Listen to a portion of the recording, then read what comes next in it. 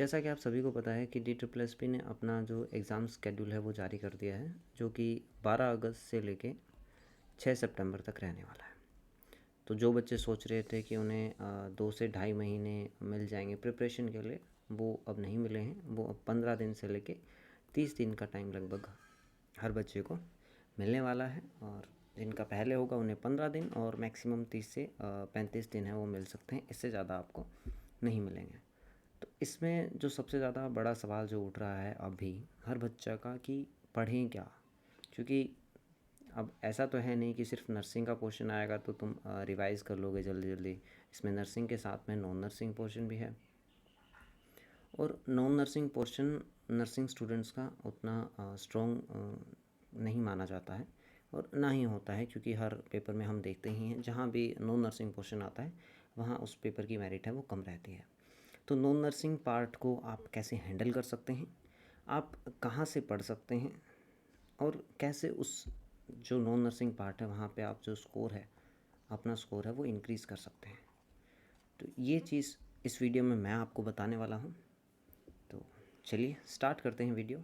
मेरा नाम है सुनील और मैं खुद DSSP के लिए प्रिपरेशन कर रहा हूँ, और मैंने बहुत सारे ऐसे एग्ज़ाम दिए हैं जिनमें जो नॉन नर्सिंग पोर्शन है वो 20 to 40% मतलब वेटेज रखता हो, और उनमें मेरे जो नॉन नर्सिंग में जो मार्क्स हैं वो लगभग मतलब 70 to 80% मार्क्स हैं वो मेरे रहते हैं ऑन एन एवरेज। इस वीडियो में मैं आपको बताने वाला हूँ हर सब्जेक्ट, चाहे वो GK हो, चाहे वो मैथ हो, इवन रीजनिंग, इंग्लिश, और चाहे वो हिंदी हो, इन सब्जेक्ट में से आपको क्या पढ़ना चाहिए और कौन कौन से टॉपिक्स हैं जो आपको अच्छे से करने चाहिए और कहाँ से कर सकते हैं। कुछ एक जो प्लेलिस्ट हैं वो मैंने डिस्क्रिप्शन में लिंक दिए हैं, आप उनको चेकआउट कर सकते हैं पर्टिकुलर सब्जेक्ट्स की। तो अब मैं बात करने वाला हूँ पर्टिकुलर सब्जेक्ट्स में, जिसमें से सबसे पहले मैं स्टार्ट करने वाला हूँ मैथ के साथ में, कि मैथ में आप कैसे जो अपनी तैयारी है उसको बूस्टअप कर सकते हैं, या फिर आपने अभी तक कुछ भी नहीं पढ़ा है तो आप क्या पढ़ सकते हैं। अगर आप टीचर ढूंढना चाहते हैं कि कौन से टीचर से आप पढ़ें, तो आप रोज़गार विद अंकित के दीपक भाटी सर से पढ़ सकते हैं, गगन प्रताप सर से पढ़ सकते हैं, या फिर आदित्य रंजन सर से पढ़ सकते हैं।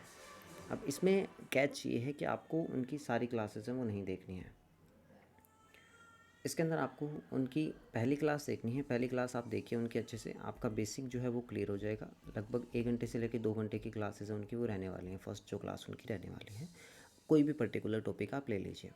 उसके बाद में आप 1-2 घंटे की क्लास लेने के बाद में DSSP के जो प्रीवियस ईयर क्वेश्चन है, ठीक है, PYQs, चाहे वो TGT एग्ज़ाम के हों, चाहे वो PGT एग्ज़ाम के हों, या फिर कोई भी, चाहे वो MCD के हों, चाहे वो कुक के हों, कोई भी एग्ज़ाम के जो प्रीवियस ईयर क्वेश्चन हैं उस पर्टिकुलर टॉपिक के, जैसे आपने परसेंटेज किया तो परसेंटेज के आप सर्च कीजिए यूट्यूब पे, और आपको वहाँ पे PYQs हैं वो मिल जाएंगे, ठीक है। और अगर आपको PYQs नहीं मिलते हैं तो यूट्यूब पर एक चैनल है प्लस माइनस, वहाँ पे आपको हिस्ट्री से लेके और हर सब्जेक्ट की हिस्ट्री, मैथ, रीजनिंग, सबके क्या है प्रीवियस ईयर क्वेश्चन है वो मिल जाएंगे, स्पेसिफिकली DSSP के, ठीक है। तो वहाँ से आप चेकआउट कर सकते हैं। अगर आपको और कहीं नहीं मिलते हैं, मिल जाते हैं, देन वेल एंड गुड है। तो आपको वो प्रीवियस ईयर क्वेश्चन है वो करने हैं उस पर्टिकुलर टॉपिक के, वहाँ से आप 30 से 40 क्वेश्चन उस पर्टिकुलर टॉपिक के कर लीजिए।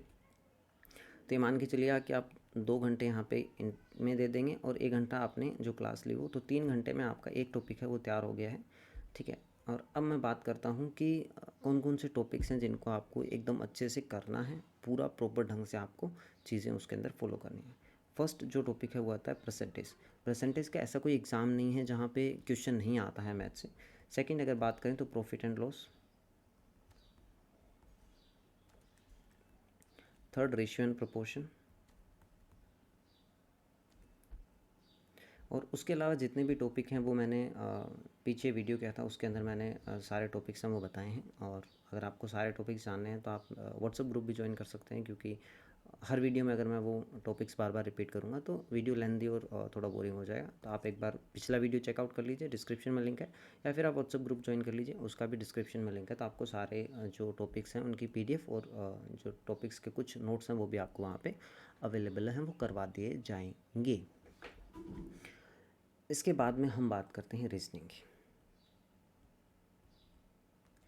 रीजनिंग सब्जेक्ट ऐसा है कि आप अगर उसको 10 दिन भी अगर आप दे देते हैं, डेली 10 दिन अगर आप देते हैं और डेली अगर आपको 1 से 2 घंटे अगर आप दे रहे हैं, तो आप मान के चलिए कि 20 क्वेश्चन में से आप 10 क्वेश्चन आराम से कर लेंगे अगर आपको कुछ भी नहीं आता है अभी तो।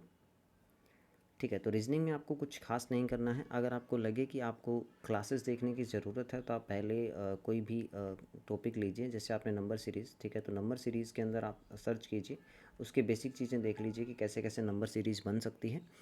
ठीक है, और फिर उसके बाद में आप कीजिए प्रीवियस ईयर क्वेश्चन प्रैक्टिस कीजिए, या फिर रीजनिंग के कोई भी क्वेश्चन आप प्रैक्टिस कर लीजिए, क्योंकि लॉजिक सेम ही रहता है। तो रीजनिंग के अंदर प्रीवियस ईयर क्वेश्चन कीजिए, और अगर आप बेसिक करना चाहते हैं तो बेसिक से एक वीडियो देख लीजिए, उसके बाद पीवाईक्यू कीजिए। अदरवाइज सीधा आप प्रीवियस ईयर क्वेश्चन भी कर सकते हैं, क्योंकि रीजनिंग में आपको कंसेप्ट पकड़ना है जो आप अपने आधार पर पकड़ सकते हैं। रीजनिंग कोई बहुत ज़्यादा हार्ड नहीं है।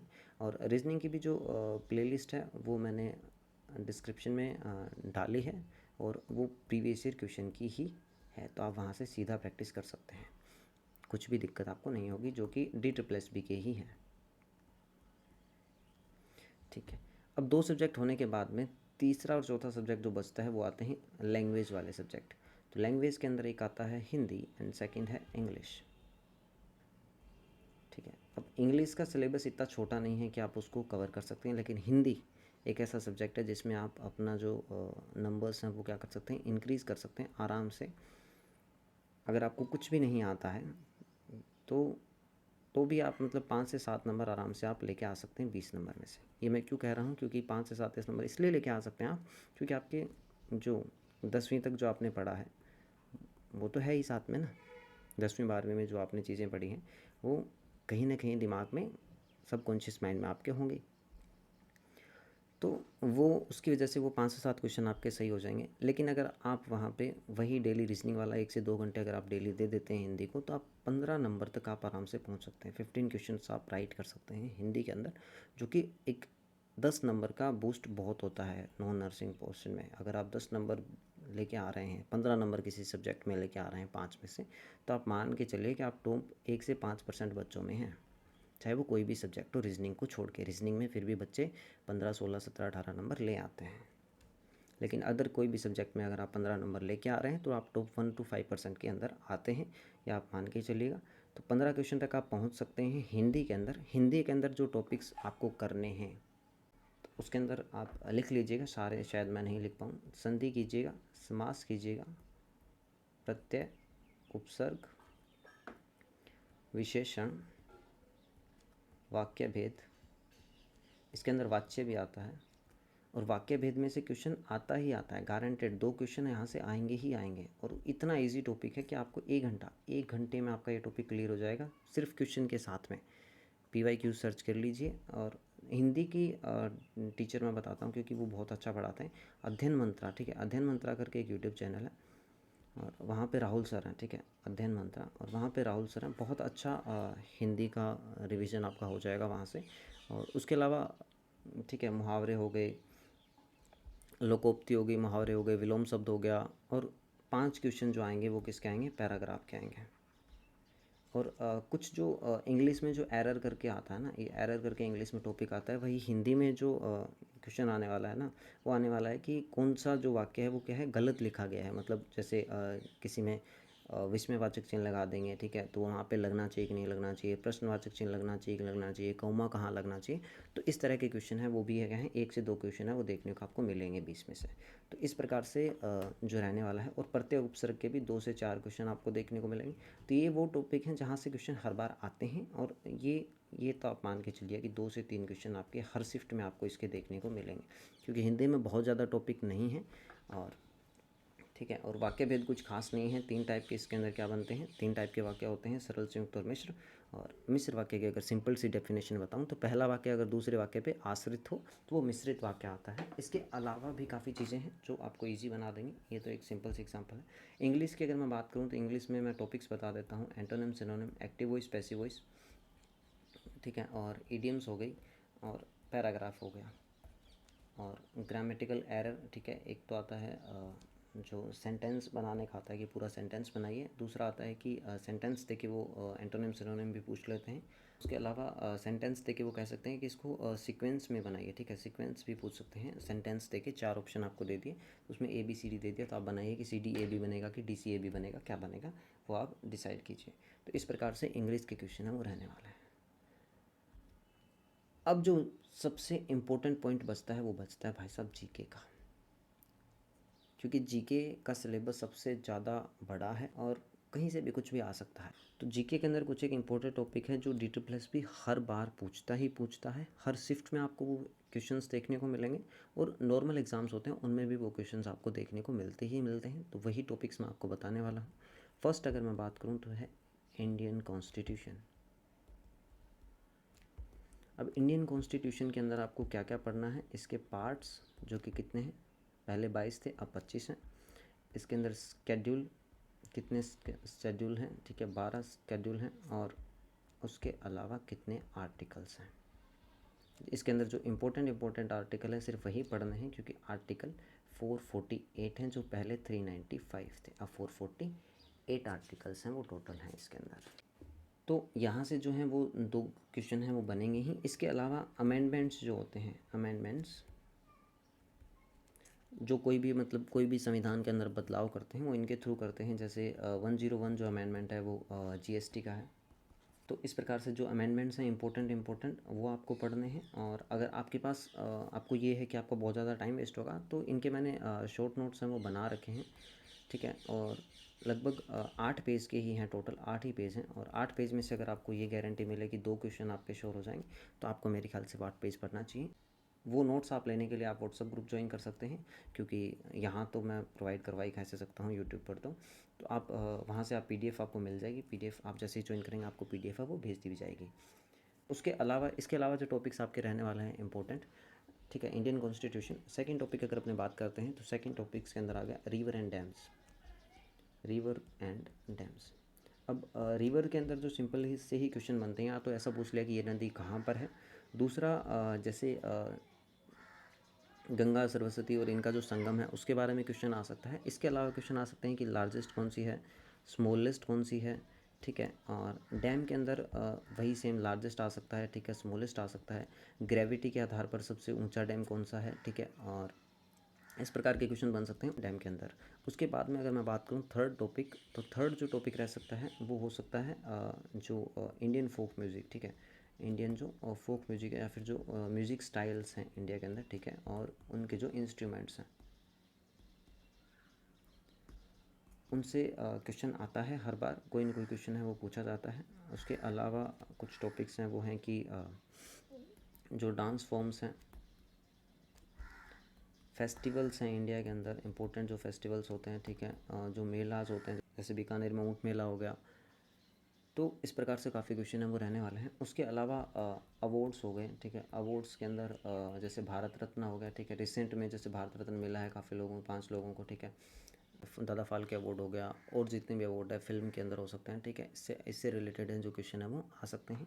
और अभी कोई रिसेंट के अंदर कोई स्पेस मिशन अगर हुआ है, ठीक है, स्पेस मिशन अगर कोई हुआ है तो उससे रिलेटेड क्वेश्चन भी हैं वो आ सकते हैं इसके अंदर।